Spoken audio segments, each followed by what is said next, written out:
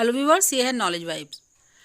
जैसा कि आप सभी जानते हैं कि जो लेखपाल के लिए वैकेंसी आनी थी उसका सभी को बहुत ही बेसब्री से इंतज़ार था और फाइनली वो नोटिफिकेशन आ गया है। इसके लिए इससे पहले एक प्रारंभिक अर्हता परीक्षा कराई गई थी पीईटी।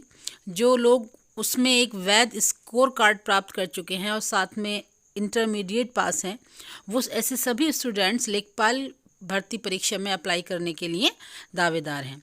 क्योंकि पैट एग्ज़ाम में भी एक बड़ी संख्या में स्टूडेंट्स बैठे थे और सफल भी रहे, इसलिए इस परीक्षा में जो नंबर ऑफ़ वैकेंसी है उससे बहुत ज़्यादा उम्मीदवार बैठने की उम्मीद है, जिससे ये निश्चित हो जाता है कि कंपटीशन हर सीट के लिए बहुत ज़्यादा होगा, जिसके लिए अब तैयारी की और अच्छी तैयारी की बहुत ज़्यादा ज़रूरत है। जो कुछ आप पढ़ते हैं, स्टडी करते हैं बुक से या नोट से या जहाँ से भी, उसके बाद बहुत ज़रूरी हो जाती है प्रैक्टिस। तो आपकी इसी तैयारी को फाइनलाइज करने के लिए, उसको एक सही रूप देने के लिए आज से हम एक प्रैक्टिस सीरीज़ स्टार्ट कर रहे हैं। उसी क्रम में ये हमारा पहला प्रैक्टिस सेट है और ये है जीएस से और ज्योग्राफी से। हमारे जितने भी प्रैक्टिस सेट होंगे वो आपके सिलेबस के अकॉर्डिंग होंगे।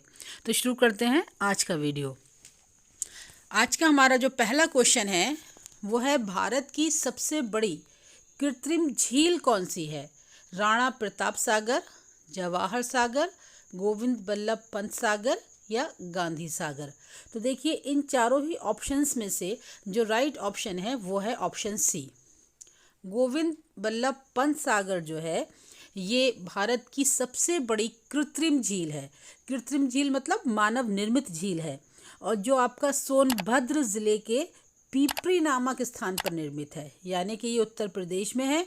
सोनभद्र ज़िले के पिपरी नामक स्थान पर है और ये 70 मील 70 माइल्स इसका तक फैला हुआ है।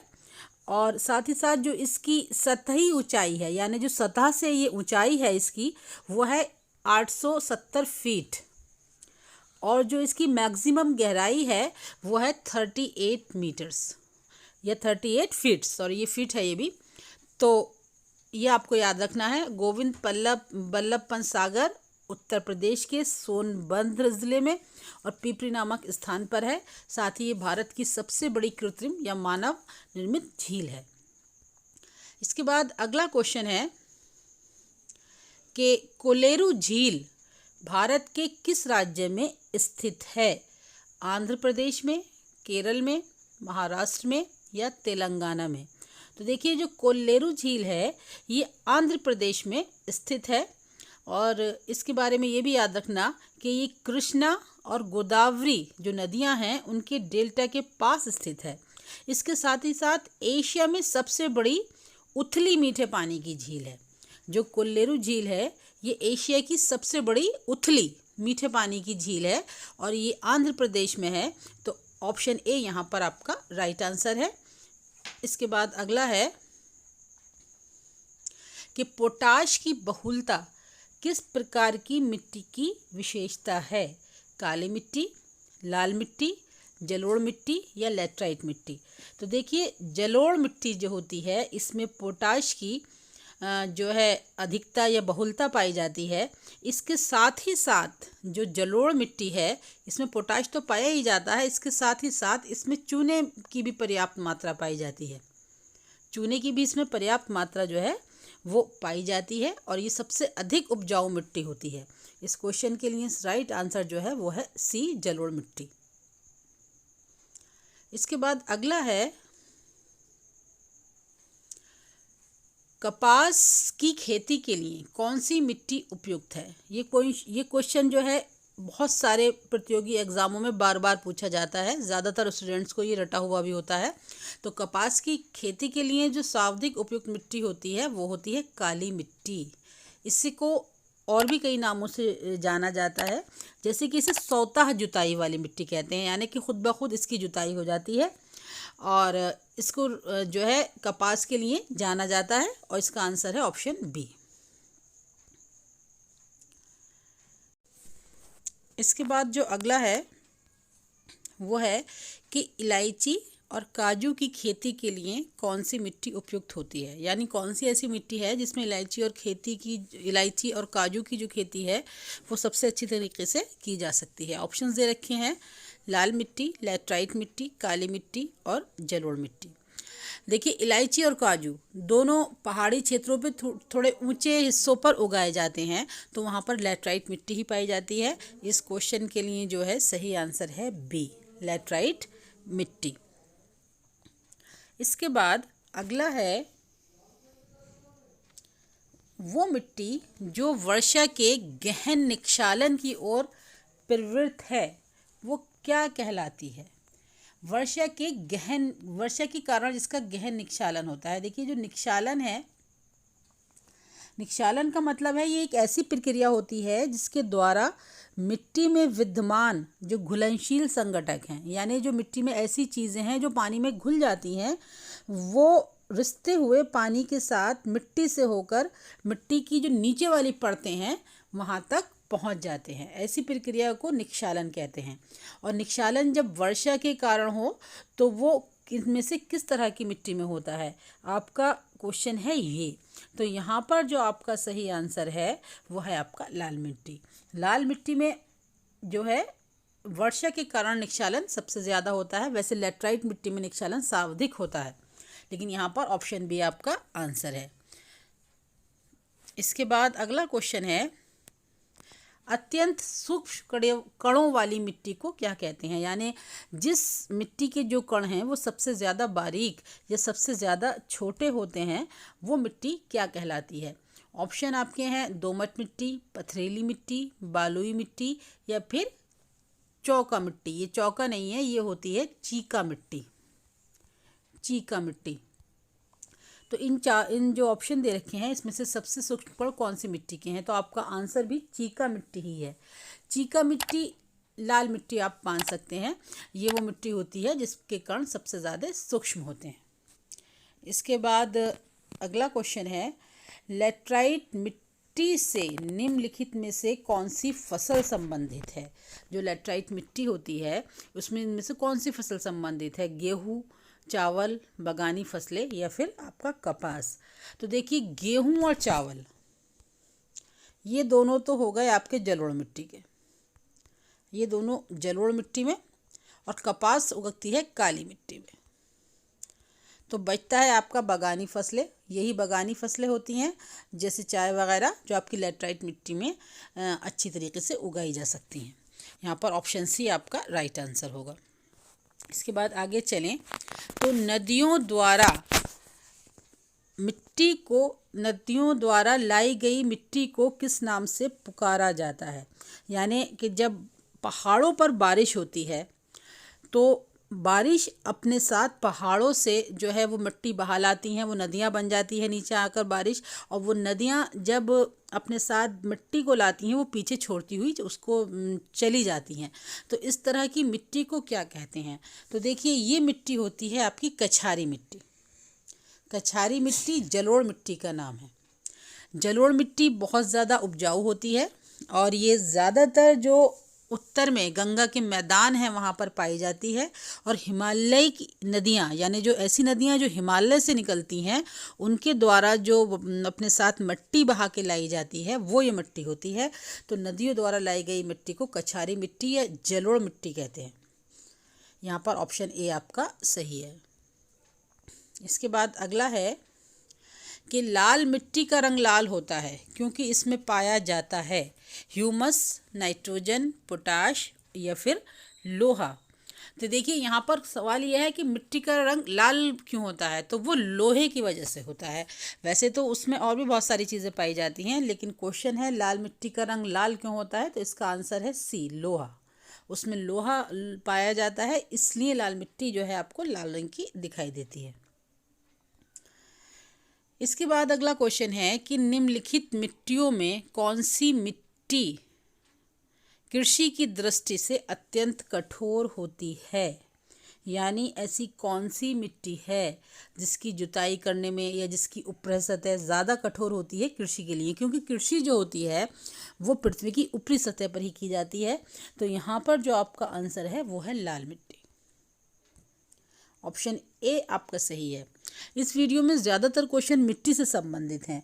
एक मिट्टी की विशेषताओं को लेके एक सेपरेट वीडियो अलग से मैं बनाऊंगी, जो आपको इस तरह के क्वेश्चन करने में काफ़ी सारी हेल्प करेगा। इसके बाद आगे अगला है कि निम्नलिखित में से कौन सी मिट्टी चाय बागानों के लिए उपयुक्त है? अम्लीय, क्षारीय, जलोढ़ या फिर रेगूर। तो देखिए, कुछ मिट्टियाँ ऐसे होती हैं जिसमें अम्लीय गुण अधिक पाए जाते हैं, कुछ ऐसी होती हैं जिसमें क्षारीय गुण अधिक पाए जाते हैं।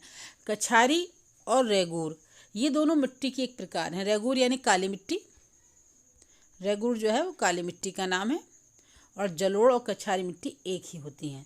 लेकिन जब आप चाय या बागानी फसलों के बारे में बात करते हैं तो वो ऐसी मृदा में ज़्यादा अच्छी उगते हैं जिसमें क्षारीय गुण अधिक होते हैं। यहाँ पर है ऑप्शन बी आपका राइट आंसर। इसके बाद अगला क्वेश्चन है कि भारत भूमि पर सबसे अधिक व्यापक रूप में कौन सी मिट्टी फैली हुई है? यहाँ पर ऑप्शंस हैं लैटराइट मिट्टी, काली मिट्टी, जलोढ़ मिट्टी या फिर दलदली मिट्टी। तो यहाँ पर सही आंसर आपको जो है बताना है। देखिए, यहाँ पर जो आपके सबसे ज़्यादा पाई जाती है वो है आपकी जलोढ़ मिट्टी। रीज़न ये है कि जो सबसे बड़ी कृषि होती है वो गंगा के मैदानों में होती है। हिमालयी नदियाँ जो हैं जहाँ से बहती हैं वहाँ होती है। नीचे प्रायद्वीपीय भारत में पठार और पहाड़ अधिक हैं। तो जो सबसे अधिक व्यापक रूप से फैली हुई मिट्टी है और बड़े एरिया में है, जहाँ जहाँ तक गंगा के मैदान हैं वहाँ वहाँ तक ये मिट्टी फैली हुई है, वो है आपकी जलोढ़ मिट्टी। ऑप्शन सी यहाँ पर सही है। अगला क्वेश्चन है कि भिलाई इस्पात संयंत्र की स्थापना किस देश के सहयोग से की गई थी? ऑप्शंस हैं पश्चिम जर्मनी, ब्रिटेन, सोवियत संघ या कनाडा। तो देखिए, जो भिलाई इस्पात संयंत्र है इसकी जो स्थापना हुई थी वो रशिया यानी रूस के सहयोग से हुई थी, और हुई थी 1955 में। ये भी आपको याद रखना है, 1955 में इसकी स्थापना हुई थी। और ये भारत का पहला जो है इस्पात उत्पादक संयंत्र है। भिलाई इस्पात संयंत्र जो है वो भारत का पहला इस्पात उत्पादक संयंत्र है। साथ ही साथ मुख्यतः जो भिलाई में होता है वो रेलों का उत्पादन होता है, ट्रेन का उत्पादन यहाँ पर ज़्यादा किया जाता है। तो ये रशिया ने इसमें सहयोग किया था। और तो इन ऑप्शंस में जब आप देखें तो ऑप्शन सी सोवियत संघ इसका सही आंसर है, क्योंकि जिस टाइम इसकी स्थापना हुई थी उस समय वो सोवियत संघ रूस ही था, उसका विघटन बाद में हुआ है। तो यहाँ पर जो है ऑप्शन सी आपका सही है। 1955 में हुई है और रेल निर्माण में विशेष योगदान है। भारत का पहला इस्पात उत्पाद संयंत्र है, ये भी याद रखना है। इसके बाद जो आपका अगला है वो है कि भारत में एल्युमिनियम उद्योग का कारखाना कहाँ स्थापित किया गया? भारत में जो एल्युमिनियम उद्योग का पहला कारखाना है वो कहाँ स्थापित किया गया? मध्य प्रदेश का कोरबा, उड़ीसा का हीराकुंड, पश्चिम बंगाल के जेके नगर में या पश्चिम बंगाल के वेल्लूर नगर में। तो देखिए, जो एल्युमिनियम उद्योग है उसका पहला जो कारखाना है वो आपका जो स्थापित किया गया था वो पश्चिम बंगाल के जेके नगर में स्थापित किया गया था। और यहाँ पर एक जगह है जेके नगर, आसन लोक, उसी में जेके नगर है, वहाँ ये स्थापित किया गया। पश्चिम बंगाल में एक ज़िला है या कहीं तो यह शहर है जिसका नाम है आसन लोक, वहाँ पर जेके नगर है, वहाँ पर ये स्थापित किया गया। और सन 1937 में 1937 में इसकी स्थापना हुई। ठीक है, यहाँ पर ऑप्शन आपका सी करेक्ट है। इसके बाद अगला क्वेश्चन है कि सन 1966 में स्थापित बोकारो स्टील प्लांट की स्थापना किस देश के सहयोग से हुई थी? तो देखिए, एक तो ये है 68 नहीं है, ये है 64, 1964। बोकारो स्टील प्लांट की स्थापना जो हुई थी वो 29 जनवरी 1964 को हुई थी, और ये हुई थी सोवियत संघ यानी रशिया के ही मदद से बोकारो स्टील की जो है वो स्थापना हुई थी। तो ये थे आज के कुछ क्वेश्चंस जो आपके ज्योग्राफी से रिलेटेड हैं। ज्योग्राफी जो आपका लेखपाल में आ रहा है वो विश्व भूगोल के साथ साथ भारत भूगोल भी है, और जो नीचे लिखी हुई है लाइन उसमें लिखा हुआ है कि भारत से संबंधित ज्ञान विशेषता पूछा जाएगा, तो और उत्तर प्रदेश से संबंधित। तो ये बहुत ज़्यादा इसकी आशंका, मतलब कहना चाहिए ये जो क्वेश्चन मेनली आएंगे जीएस में या किसी में भी, तो वो भारत से रिलेटेड ज़्यादा आएंगे, ज्योग्राफी में विश्व रिलेटेड कम आएंगे। और भारत में भी जो उत्तर प्रदेश से संबंधित है वहाँ से आपका जो है ज़्यादा क्वेश्चन आएंगे। तो इसके बाद जो अब अगला क्वेश्चन है, ये क्वेश्चन आप लोगों के लिए है। इसका आंसर आप कमेंट में हमें बताएं, कमेंट करके, और नेक्स्ट प्रैक्टिस में हम आपको इसका सही आंसर बताएंगे। क्वेश्चन है कि सलेम इस्पात संयंत्र भारत के किस राज्य में स्थित है? तमिलनाडु, केरल, आंध्र प्रदेश या उड़ीसा। सलेम इस्पात संयंत्र इन चारों में से किस राज्य में स्थित है? सही जो इसका आंसर आप लोगों को मालूम है या लगे वो हमारे कमेंट बॉक्स में ज़रूर दें। इसका आंसर हम आपको नेक्स्ट वीडियो में देंगे। अगर ये वीडियो आपको पसंद आया हो तो इसको लाइक, अपने साथियों में शेयर और चैनल को सब्सक्राइब ज़रूर करें।